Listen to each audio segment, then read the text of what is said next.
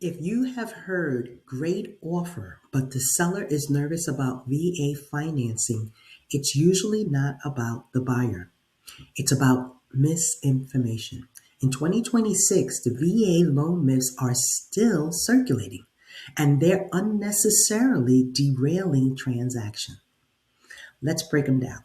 I'm Kathy Sabater, and today we're going to dismantle the myths that cost veterans contracts and potentially cost sellers money as well.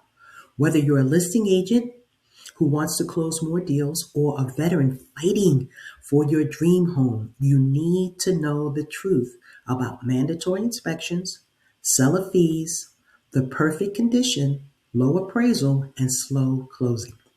Myth number one. Let's go. The mandatory inspection myth. I hear this constantly. Agents say, we don't feel comfortable accepting the VA offer because we don't want to deal with the mandatory VA home inspection. Here's the truth. The VA does not require a home inspection. Let me repeat that. The Department of Veteran Affairs does not require a private home inspection. They require an appraisal, and that appraiser has a specific job to value the home and only check for minimum property requirements, MPRs. That is very different from a private home inspector who spends 4 hours checking every outlet, every faucet, and every squeaky floorboard. The VA appraiser is looking for three things: safety, sanitation, and structural integrity. Let me give you a scenario. A private home inspector goes into the home. He finds a loose toilet handle. He finds a window screen with a tear in it. He finds a garage door that leaks and many other things. He places that in a 50-page report. The seller sees that report and panics. I have to fix all of this for VA? The answer is no. The VA appraiser walks into the same house. Does the toilet flush? Yes. Sanitation? Good. Is the window broken? No. Safety is good. Is the roof leaking? No. Structure is good. The appraiser ignores the squeaky door. He ignores the door torn screen, and he issues a clean value. So listing agents, stop fearing the government inspection. It's just a valuation check with a safety overlay. Is not a cosmetic remodel. Myth number two, the perfect condition. This is the big one. Sellers believe that if they accept a VA offer, they will be forced to fix everything before the loan can close. They envision a government official handling them a list of repairs costing thousands of dollars. But here's the reality in 2026. The VA loan is designed to ensure the veteran has a safe place to live. It is not designed to force a remodel. Here is a question I get. Kathy, the roof is old. Maybe has 3 years of life left. Will the VA kill the deal? The answer is it leaking? If the roof is not leaking and there are no missing shingles exposing the wood, the VA typically accepts it.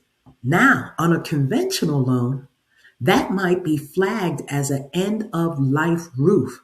Insurance companies might flag it, but the VA, their standard is, does it keep the water out? If the answer is yes, we usually pass. Now, let's talk about one thing that does get flagged: peeling paint. If a home was built before 1978, the VA requires that any defective or peeling paint be corrected due to potential lead-based paint hazards. It's a safety issue, especially for children. I had this exact scenario last month. Beautifully craftsman home, detached garage had some peeling paint on the exterior wall. The listing agent panicked. She thought the entire garage needed to be resided. She estimated it would cost about $5,000. I told her, "You don't need new sliding. You need to scrape the loose paint, properly seal it, and repaint the affected area. The VA requirement is simple: scrape, prime, paint to eliminate the defective surface." That's about a $100,000 fix, not a $5,000 remodel. Outdated assumptions almost killed a great deal.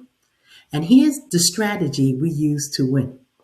If a repair does come up, veterans are absolutely allowed to pay for repairs.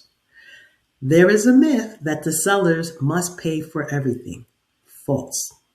If the appraiser says that the handrail needs fixing and the seller refuses, the veteran really can pay a handyman to fix it. Problem solved. Deal saved. Myth number 3, the seller fees. This is one that is really old, like 20 years ago, but it still haunts us today. Listing agents may tell their sellers, if you take the VA, you'll have to pay for all those non-allowable fees. Here in 2026, the reality is, yes, the VA has a list of fees that the veteran is not allowed to pay. Things like attorney fee or certain underwriting fees. But here's this scenario. I call the listing agent on Friday night. She says her seller doesn't want to pay the escrow fee split. The VA can't pay it. I tell her, you are right. The veterans can't pay it directly, but I can pay it. When I structure the VA loan, I offer a lender credit to cover those specific non-allowables. So on the final settlement statement, what does the seller see? The seller sees the fee is paid and they don't care who paid it. So the seller pays zero, the veteran pays zero, and the deal moves forward. So listing agents, if you are reviewing the VA offers and you're wondering about those fees, please don't leave any money on the table. Myth number 4, the low appraisal myth. We covered this in my last video, but let me give you a specific story. Sellers think VA appraisers are conservative. I had a deal in San Diego. We had multiple offers. Price was pushed up to $25,000 over asking. The listing agent was terrified. She said the VA appraisal will never hit this number. The appraisal happened. The appraiser contacts us and say, "Hey, Kathy, I'm struggling to find the value. I'm looking at $20,000 lower." This is what's called the Tidewater initiative. If this was a conventional loan, he would have just sent in a low report, deal dead, or we have to negotiate. But because it was a VA, we get to pause because we get up to 48 hours. We asked the realtors, we found, to get us some more pending sales that were closer in a higher price. We definitely found a comp with a similar view. We sent that data to the appraiser.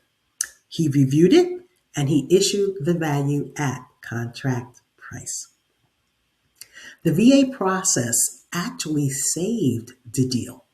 So a VA appraisal is actually safer for a seller because we get a chance to fight the value before it kills the deal.